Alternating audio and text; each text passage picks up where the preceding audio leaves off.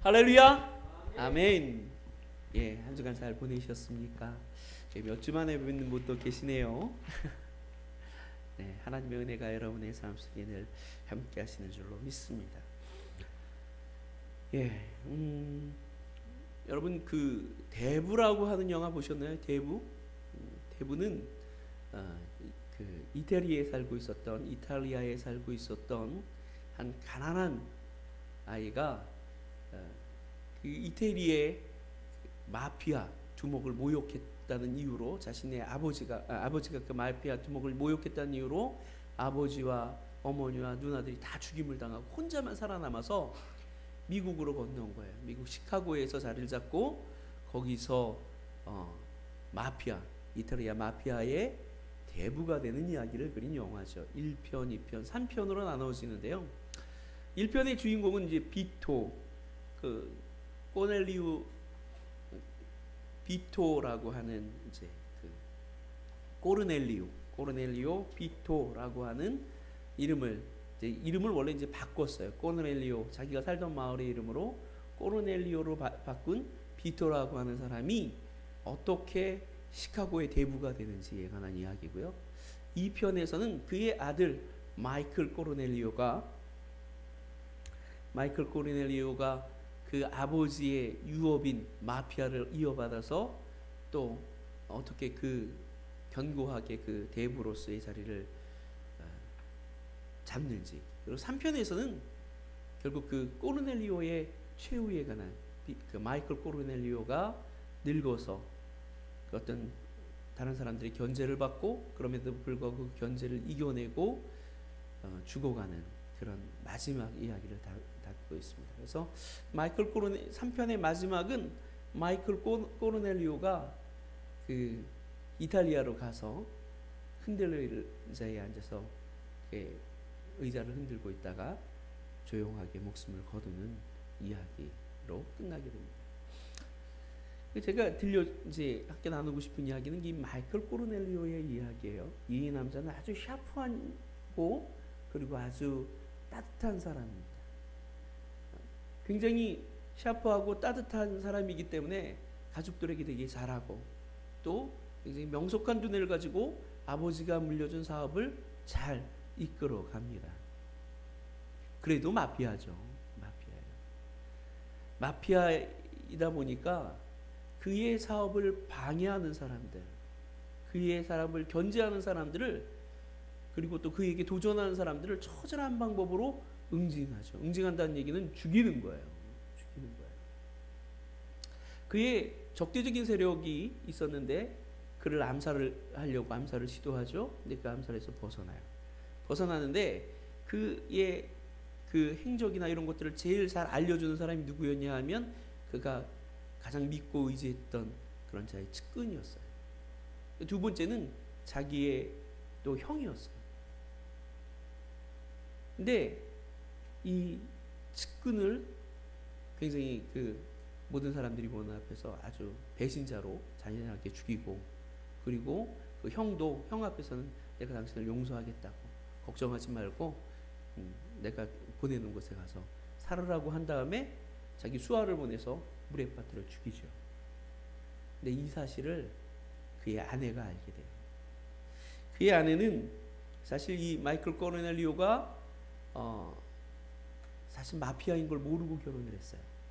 아주 샤프하고 따뜻한 사람이니까 정직하게 사업을 하는 사람인 줄 알고 결혼을 했는데 그걸 모르고 살다가 점점 그의 실체를 알게 되는 거죠. 알게 되어서 이 케이 애덤스라고 하는 여사가 그 남자에게 충격을 받고 그런 일 하지 말라고 사업 그만두고 정상적인 삶을 살아가라고 이야기합니다. 그러니까 이 마이클 더그낙스가 아내에게 이렇게 말해요. 내가 하는 일은 다 당신과 나의 아이들을 위해서 하는 거야.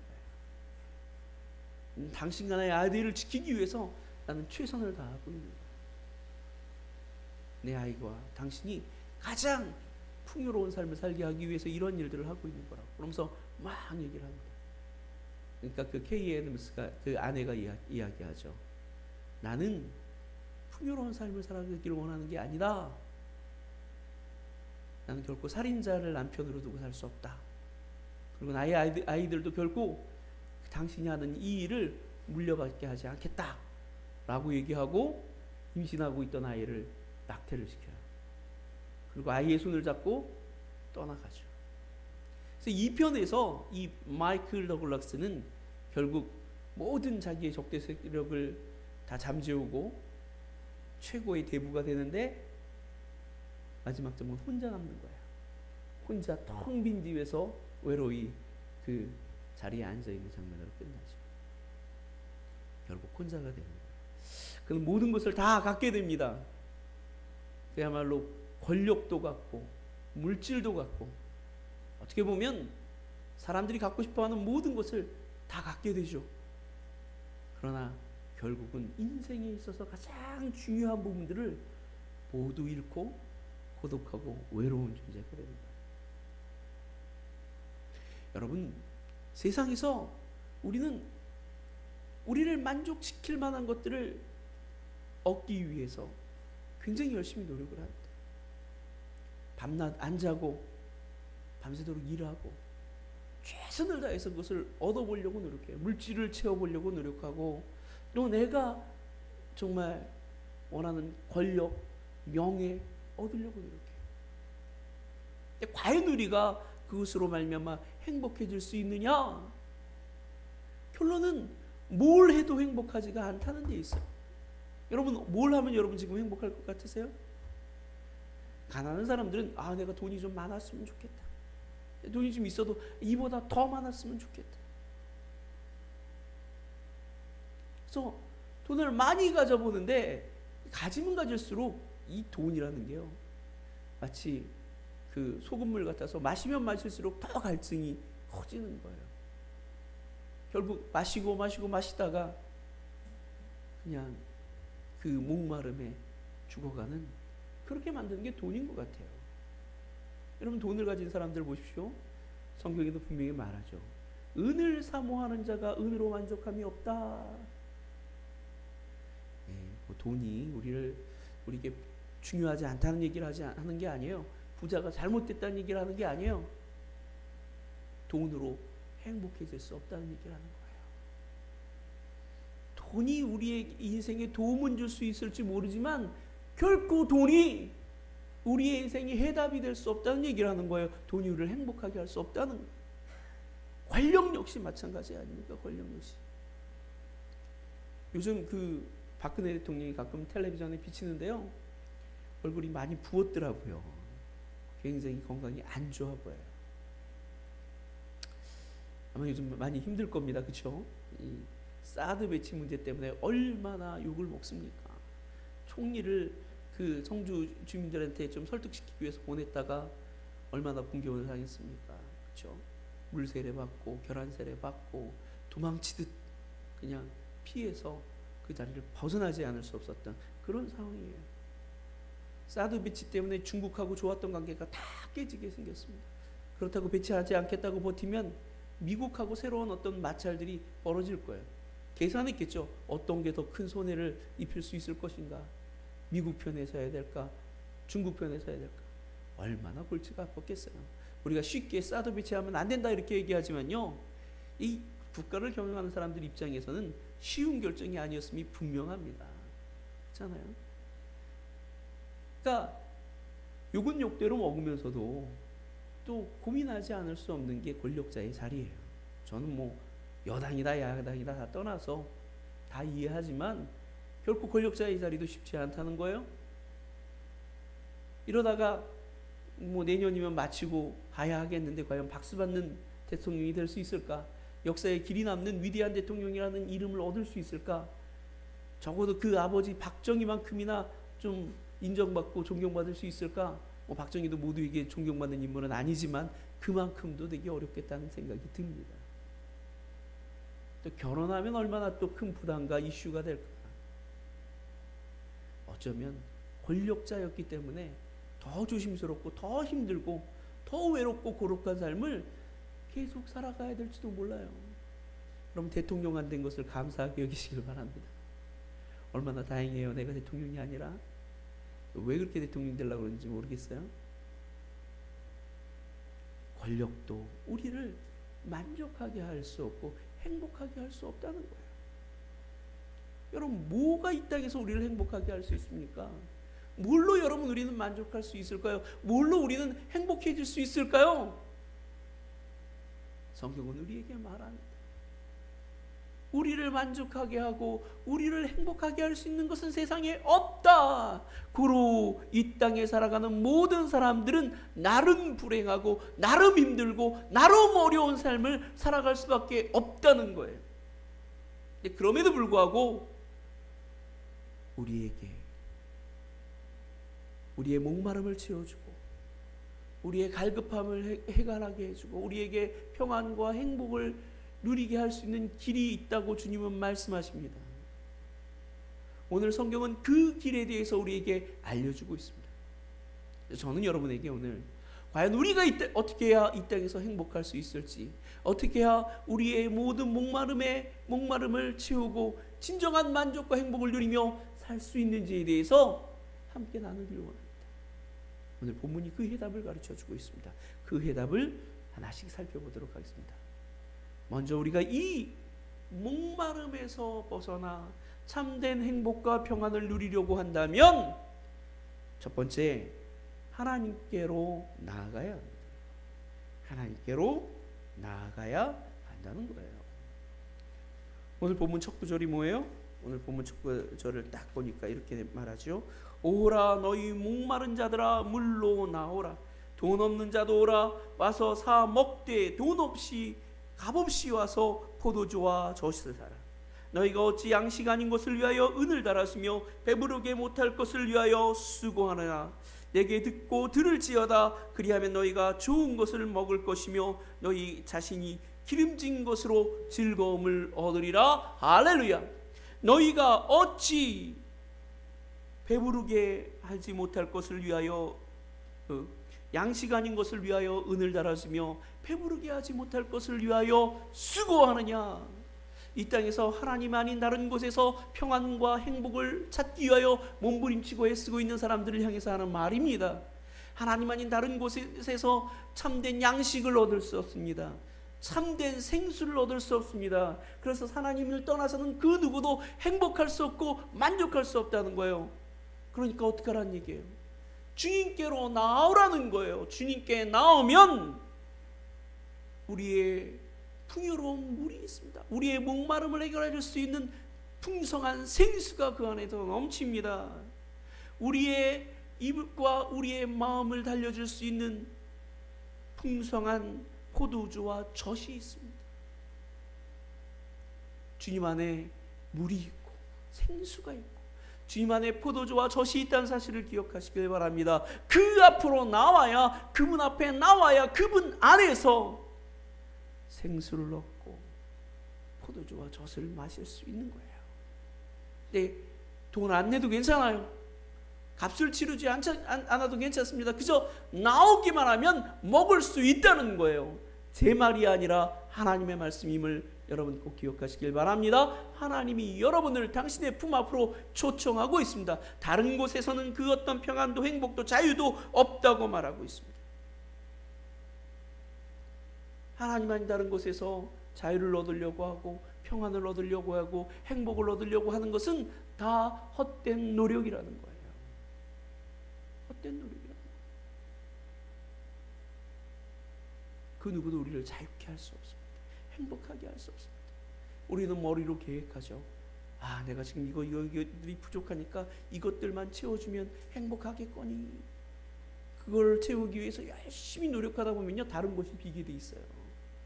다른 것을 또 채우기 위해서 열심히 노력하면 또 다른 것이 비게 돼 있어요. 결국 행복하지 않아요. 어저께 제가 텔레비전을 보다가 저녁에 하는 6시 내 고향인가 여기를 했는데, 거기에 그 평택에서 장사를 잘하고 정말 그 돈을 많이 버는 한 아주머니의 이야기가 나옵니다. 이 아주머니는 예순이 넘어서 70이 넘었나, 그렇게 70이 넘었어요. 70이 넘었는데 영어를 잘합니다. 물론 정식 학교에서 배운 영어는 아니지만 이 그야말로 생활 영어를 잘해요. 그래서 맛이 있는지 없는지, 넌 어디서 왔는지, 나이가 몇 살인지, 오늘 분위기는 어땠는지. 그리고 막 평택에 살아가는 사람하고 이제 막 그 미군들이 거의 와서 하는데 무슨 집을 하냐면 고기 뷔페집을 해요. 고기 뷔페집을 하는데 하루 매출이 3,400만 원씩 돼요. 한 달이면 거의 1억 가까이를 법니다. 1억 가까이 벌어요. 얼마나 부자예요. 이만큼의 돈다발을 셉니다. 물론 매출액이 그러니까 이것저것 빼고 나면 뭐 얼마가 남는지는 모르겠지만 수천만 원을 벌을 거예요. 근데 그분은 얼마나 열심히 사는지 몰라요. 아침부터 저녁까지 준비하고 이게 뭐 청소하고 계속 왔다 갔다 일하고 쉴 사이가 없습니다. 참 열심히 사세요. 근데 그 밤에 딱 됐는데 이 취재진이 있는데 밤에 집에 안 들어가는 거예요. 어디서 주무시려고 그러세요? 난 가게에서 잘 거야. 그리고는 이 의자 몇 개 이렇게 이어놓고 거기서 자리 펴놓고 쪽잠을 자는 거예요. 70에 노부에 보면서 저분은 행복할까? 이거 저러다가 몸상에서 죽으면 어떡하지? 그러면 한 달에 한 달이면 억대 가까이 벌었던 1년이면 수십억씩 벌었던 그 돈을 어떻게 할까? 그의 것이 되지 않을 거라고 생각합니다. 솔로몬의 얘기가 그거예요. 솔로몬의 얘기. 전도서에서 하는 얘기가 뭡니까? 헛되니 모든 것이 헛되다. 해 아래서 끊임없이 수고하기만 하고 낙을 누리지 못하는 것, 그것이 헛되다. 뭔가 얻으려고 채우려고 쌓으려고 노력하면서 열심히 쌓아보지만 그게 헛되다는 거예요. 어떤 분들은 돈 버느냐고 주일날 교회를 안 나와. 돈 버는데 바빠서 하나님은 생각도 않고 살아가요. 그런 사람들이 얼마나 많습니다. 돈이 중요하죠. 그러나 하나님 안에 있을 때 더 귀하게 사용될 수 있을 줄로 믿습니다. 하나님 섬기고 하나님의 뜻대로 살아가는 일 포기할 만큼 돈을 사모하고 돈에 매이면 그 돈이 덫이 되고 올무가 되는 거예요. 돈 버는 일 중요하죠. 근데 돈 버는 일 때문에 교회 못 나오는 사람들은 얼마나 많은지 몰라요. 우리 교회는 있어요. 그냥 우리 교회 이름은 있는데 교회를 요즘 거의 1년 이상 안 나오고 있어요. 제가 아침마다 전화를 해요. 주일 아침마다 깨우려고. 안 받아요. 10번을 해도 안 받아요. 나중에 가면 저 전화 소리가 안 들렸어요. 죄송해요. 늘 그렇게 얘기하세요. 1년 동안 교회를 안 나오세요. 그렇게 열심히 벌면 결국 행복해질까요? 성경은 이렇게 말합니다. 사람이 마음으로 자기 길을 계획할지라도 그 길을 인도하시는 이는 여호와시니라. 잠언 16장 9절의 말씀입니다. 또 시편 127편 1절과 2절에서 이렇게 말합니다. 여호와께서 집을 세우지 아니하시면 세우는 자의 수고가 헛되고 여호와께서 성을 지키지 아니하시면 파수꾼의 깨어있음이 헛되도다. 너희가 일찍이 일어나고 늦게 누우며 수고의 떡을 먹음이 헛되도다. 그러므로 여호와께서 그 사랑하시는 자에게는 잠을 주시는도다. 여러분 하나님 앞에 나오십시오. 그리고 그 하나님을 의지하고 하나님 앞에 여러분의 인생을 맡기시길 바랍니다. 그러면 그분이 여러분에게 평안을 주시고 잠을 주실 줄로 믿습니다. 하나님 의지하지 못하고 하나님 앞에 나오지 못하고 내 인생 내가 개척하리라, 내가 살아가리라, 그렇게 살아가니까 힘들고 벅차고 정말 코에서 냄새 나도록 힘든데 아무런 소득도 없는 거예요. 주 앞에 나오십시오. 주님이 여러분을 쉬게 하실 것이고 여러분의 마음에 평안을 주실 것이고 여러분에게 풍요롭고 복된 인생을 허락해 주실 줄로 믿습니다. 주님을 의지하고 주님 앞으로 나와서 주님 앞에 그 은혜를 구하고 평안을 구할 때 주님이 여러분을 배부르게 할 것이고 여러분의 목마름을 정말 채워주실 고 여러분을 만족하게 해 주실 것입니다. 다윗은 이렇게 고백해요. 시편 28편 1절에서 이렇게 말합니다. 여호와여, 내가 주께 부르짖으오니 나의 반석이시오, 내게 길을 막지 마소서. 주께서 내게 잠잠하시면 내가 무덤으로 내려가는 자와 같을까 하나이다. 다윗은 알았어요. 그는 모든 것을 다 가지고 있었지만, 이스라엘 전체를 다스리는 왕이었지만 그는 풍요롭고 그는 강력한 권세를 가지고 있는 사람이었지만 하나님이 그의 삶에서 빠져버리시면, 하나님이 그의 기도에 응답하지 아니하시면 그는 흰머리로 무덤으로 내려가는 자와 같다. 그 인생에는 소망이 없고 그 인생에는 즐거움이 없고 아무것도 아닌 멸망하는 인생이 될 수밖에 없다는 사실을 그는 알았습니다. 그래서 그는 늘 주님 앞에 부르짖으며 주님과 동행하는 삶을 살기 위해 노력한 줄로 믿습니다. 결국 하나님께서는 그의 인생에 대해서 뭐라고 평가하세요? 저는 내 마음에 합한 자다.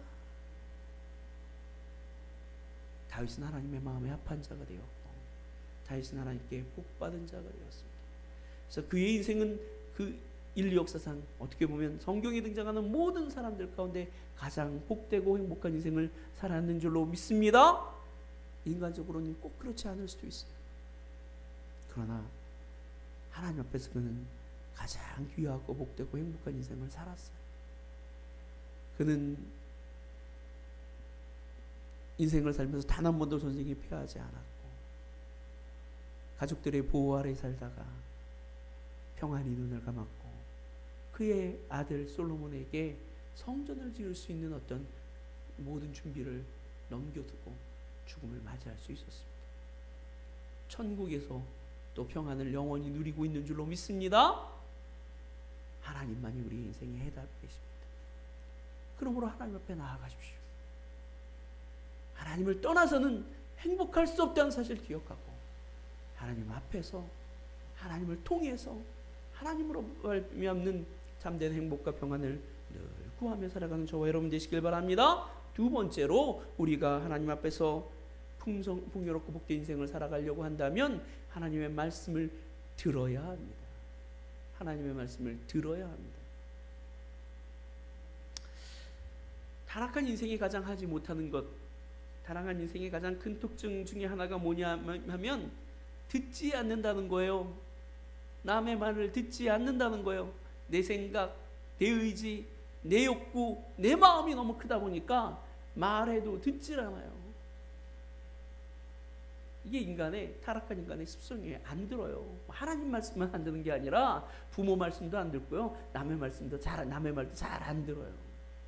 안 들어요. 내 인생은 나의 것, 내 인생은 나의 것, 그냥 내게 맡겨주세요, 이렇게 외치면서 내 마음대로 내 뜻대로 살아가려고 합니다. 우리 자녀들이 있지만 자녀들이 말을 잘 듣나요? 초등학교 때도 잘 안 듣는데 중학교, 고등학교 가보세요. 얼마나 말을 안 듣는지. 부모 뜻대로 되는 게 아무것도 없어요. 결국 나중에는 포기하고 그 인생은 그의 거라고 맡기게 돼 있죠. 근데 우리 자신이 벌써 그래요. 하나님 말씀 잘 안 들으려고 해요. 하나님이 말씀하시면 잘 안 듣고 내 뜻대로, 내 방식대로, 내 마음대로 살아가려고 해요. 근데 결국 내 뜻대로, 내 마음대로, 내 방식대로 살아가면 어때요? 후회하게 돼요. 고생하다가 후회하게 되죠. 오늘 본문에 이렇게 말합니다. 2절에 보면 이렇게 말하죠. 너희가 어찌하여 양식 아닌 것을 위하여 은을 달아주며 배부르게 하지 못할 것을 위하여 수고하느냐. 내게 듣고 들을지어다. 듣고 들을지어다. 결국 하나님 앞에 나온다는 얘기는 하나님 앞에 나와서 그냥 가만히 있는 게 아니라 하나님의 말씀을 듣는 거예요. 그 말씀대로 살아가는 거예요. 하나님이 알려주시는 지름길로 나아가는 거예요. 내 마음대로, 내 방식대로 양식하는 것을 위하여, 배부르게 못할 것을 위하여 애쓰고 수고하는 것, 그 노력을 포기하는 거예요. 우리는 하나님께 들어야 합니다. 내 생각 버리고 내 마음 버리고 하나님께 듣고 하나님이 원하시는 뜻대로 살아가려고 애쓰고 몸부림치는 자들이 되어야 될 줄로 믿습니다. 그럴 때 우리의 인생이 풍요롭고 복되고 행복한 삶이 되는 거예요. 우리는 흔히 하나님의 백성을 뭐에 비유해요? 양에 비유하죠. 하나님은 무엇에 비유합니까? 목자에 비유하죠. 자, 양이 목자의 음성을 안 들어요. 양이 목자의 방울소리를 안 들어요. 그리고 자기 생각대로 가요. 그럼 어떻게 돼요? 죽는 거예요. 목자가 딸랑딸랑딸랑 방울소리를 울리며 지나갈 때 그 방울소리를 따라가야 푸른 초장 맑은 물가에 이를 수 있는 것이지, 내가 생각하는 대로, 내가 원하는 대로 풀을 쫓아서 막 풀을 뜯으며 가다 보면요, 혼자 외로이 남겨지게 되죠. 그러면 어느 날 어느 순간에 일이나 늑대가 와서 한 입에 물고 가는 거예요. 실패한 인생을 살아가는 거예요. 목자의 음성을 들어야 합니다. 하나님은 우리에게 끊임없이 어떻게 하면 행복하게 살 수 있는지, 어떻게 하면 만족스러운 삶을 살 수 있는지를 성경에서 알려주고 있어요. 원수를 사랑하라. 이게 쉽지 않잖아요. 못해요. 그리고 버티기 시작하면 못하는 만큼 불행한 거예요, 여러분. 원수를 사랑하지 않는 만큼 우리는 원수에 대한 분노로 가슴치며 막 혈압 올리고 밤잠을 못 자게 될 거예요. 원수를 용서하지 못해서 저주하는 그 저주가 내 삶에서 이루어지는 걸 보면서 아, 이게 뭐냐 하고 분노가 더 쌓여갈 거예요. 근데 하나님 말씀대로 원수를 용서하고 사랑하면 그 순간 우리의 마음의 평안과 행복과 기쁨이 넘쳐게 될 줄로 믿습니다. 하나님 앞에 정직하고 경건하고 거룩하게 살아가라. 아, 그 딱딱하게 어떻게 그렇게 살아요? 조금만 비겁해지면, 조금만 비열해지면 훨씬 더 풍요롭고 복되고 행복하게 살 수 있을 것 같은데, 그러면서 하나님 말씀 안 들어보세요. 안 들어보세요. 이 검사장이었던 사람이 얼마 전에 뇌물 수술죄로 어때요? 구속되지 않았어요. 구속되지 않았어요. 100억 원의 뇌물을 수수했다. 그는 그 100억 원의 뇌물을 수수하면서도 전혀 걱정하지 않았을 거예요. 누가 나의 정말로 나를 막을 수 있으랴? 누가 나의 길을 막을 수 있으랴? 근데 그가 행했던, 그가 생각하기에는 별것도 아닌 작은 잘못들이 그는 그의 인생을 결국 멸망의 구렁으로 던져놓지 않습니까? 멸망의 구렁으로 던져놓지 않습니까? 누가 그런 얘기를 해요. 이제 되게 드라마에서 들었던 말인 것 같은데, 돈은 모든 걸 살 수 있다. 그러면서 이제 이런 얘기를 하는 거죠. 권력 가진 사람들이, 힘을 가진 사람들이 돈을 우습게 보고 돈 가진 사람들을 멸시하지만, 돈 가진 사람들이 주는 그 돈을 받는 순간 그 사람들은 돈 가진 사람의 노예가 되는 거라는 거예요. 시키는 대로 안 할 수 없게 된다는 거죠. 결국 돈이면 권력도 힘도 살 수 있다. 뭐 이런 얘기를 드라마에서 하더라고요. 제가 그걸 보면서 아, 세상 사람들은 저렇게 사는구나. 그렇죠? 여러분, 그렇습니다. 권력이 있고 힘이 있어도요, 그냥 덥석 그 돈을 물어버리면 그 순간부터 그냥 두려움에 사로잡혀서 하자는 대로, 이끄는 대로 갈 수밖에 없게 되는 거예요. 그러니까 정직함이라는 것이, 정의로움이라는 것이 얼마나 중요합니까? 그렇죠? 우리 인생을 살아가는 데 있어서. 성경에서는요, 우리가 발 뻗고 평안하게 행복하게 사는 비결을 다 알려줍니다. 하나님 말씀하세요. 너희가 정직하고 정의롭고 깨끗하게 살면서 나를 의지하면 내가 너희의 삶을 책임져 줄 거야. 걱정할 것 없어. 두려워할 것 없어. 내가 너희 삶을 다 책임져 줄 거야. 그렇게 사는 사람이 복 있는 사람이라고 얘기합니다. 복 있는 사람은 악인의 길을 쫓지 아니하며 죄인의 길에 서지 아니하며 오만한 자의 자리에 앉지 아니하고 오직 여호와의 율법을 즐거워하여 그 말씀을 주야로 묵상하는 자로다. 저는 시냇가에 심은 나무가 시절을 쫓아 과실을 맺으며 그 잎사귀가 마르지 아니한 같으니 그 행사가 다 형통하리라. 할렐루야. 이 말씀을 곧이곧대로 믿으시길 바랍니다. 하나님의 말씀을 듣고 그 말씀을 묵상하고 그 가운데 기록한 대로 행동하며 살아가는 자들은 복을 누리고 평안과 행복을 누리며 날마다 형통하는 길을 걷게 될 줄로 믿습니다. 하나님이 그렇게 해주실 거예요. 그게 하나님이 우리 성경에서 우리에게 가르쳐주고 있는 복되고 행복한 길을 사는 비결이에요. 근데 이 말을 안 들어요. 안 들어요. 말썽꾸러기 자녀들이 부모님 말 안 듣는 것처럼 우리가 하나님 말씀 안 들어요. 그리고 편법, 불법, 인간적인 방법 써가면서 하나님이 원치 않는 삶을 살아가는 거예요. 그러다면 잠시 행복한 것 같지만 곧 힘들어지고 곧 우리의 인생이 무너지게 되는 거예요. 하나님의 말씀을 듣고 그 말씀대로 살아가는 저와 여러분이 되시길 바랍니다. 그것이 우리가 복되고 즐겁고 행복한 삶을 살아가는 비결입니다. 마지막으로 우리가 하나님 앞에서 행복하고 복된 인생을 살아가려면 우리의 과거의 잘못된 삶을 청산해야 돼요. 과거의 잘못된 삶을 청산하고 새로운 삶을 시작해야 될 줄로 믿습니다. 과거의 잘못된 삶을 청산해야 돼요. 오늘 본문 말씀에 이렇게 이야기합니다. 오늘 7절과 8절을 보면 이렇게 얘기하죠. 악인은 그의 길을, 불의한 자는 그의 생각을 버리고 여호와께로 돌아오라. 그리하면 그가 궁휼히 여기시리라.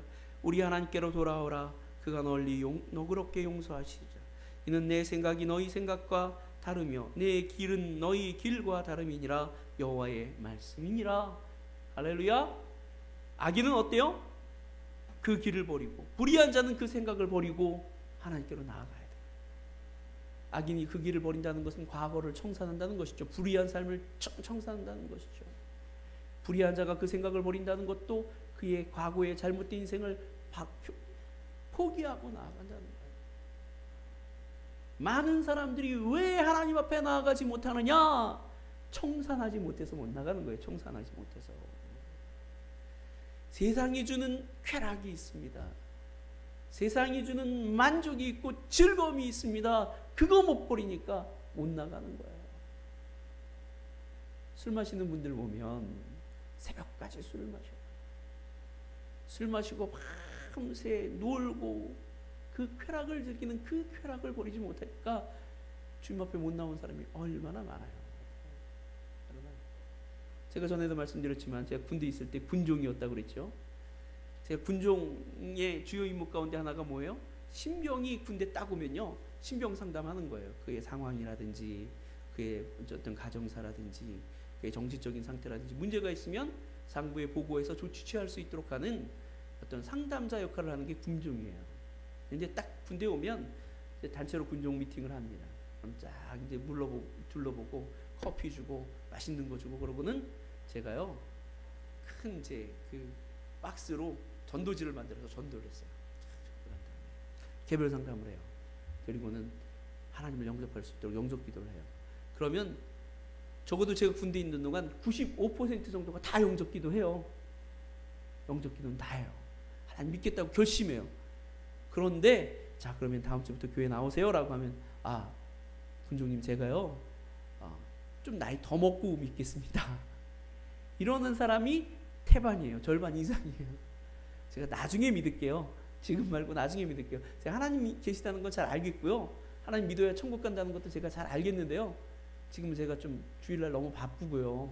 술도 마시고 있고 담배도 피고 있는데 이거 다 끊기가 좀 어려워요. 이렇게 대답하는 사람이 절반 이상이에요. 포기를 못해서 주님을 못 믿는 거예요. 포기를 못해서. 예수님을 믿고는 싶은데 내가 담배 펴서 술 마셔서 못 나오는 사람이 얼마나 많은지 몰라요.